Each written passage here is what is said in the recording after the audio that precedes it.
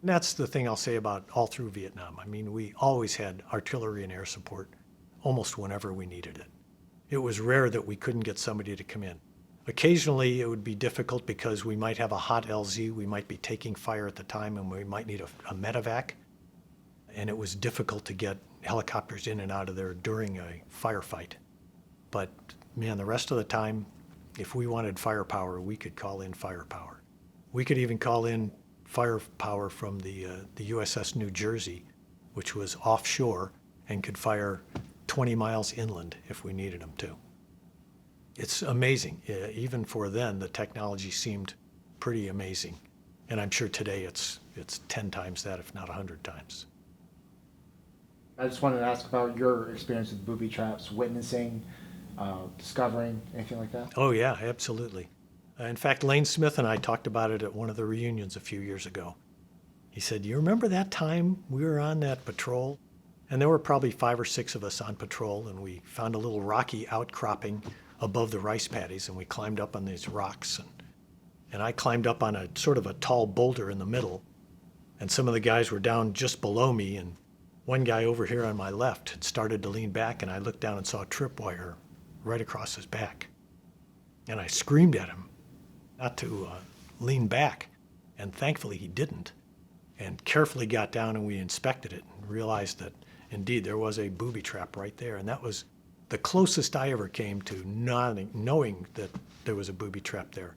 We were instructed very heavily that if you see cans, even see hand grenades, don't ever go near and try to pick them up. The Vietnamese would sometimes take a hand grenade, open it up, and take the delay out of the fuse so that as soon as the spoon flew, it would blow up. And if you use that hand grenade, a good chance you were going to blow your own head off. And the same with kicking cans. You just didn't kick or touch a C-ration can.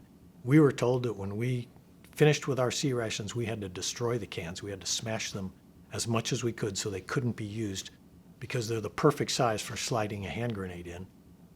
And if you slide it in and pull the pin, when you kick it and the hand grenade comes out, the spoon flies and that thing will blow up. So we were all very careful for the most part. I remember one guy in our platoon who actually kicked a can and was killed.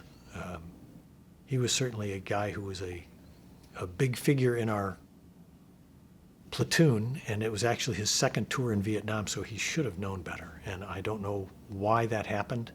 We've never figured that out, obviously, but it was a shame, and we lost him right there while he was on patrol. He was a real gung-ho guy who always wanted to be out in the field and always wanted to be out doing all the things. And I'm not sure exactly what his motivation was.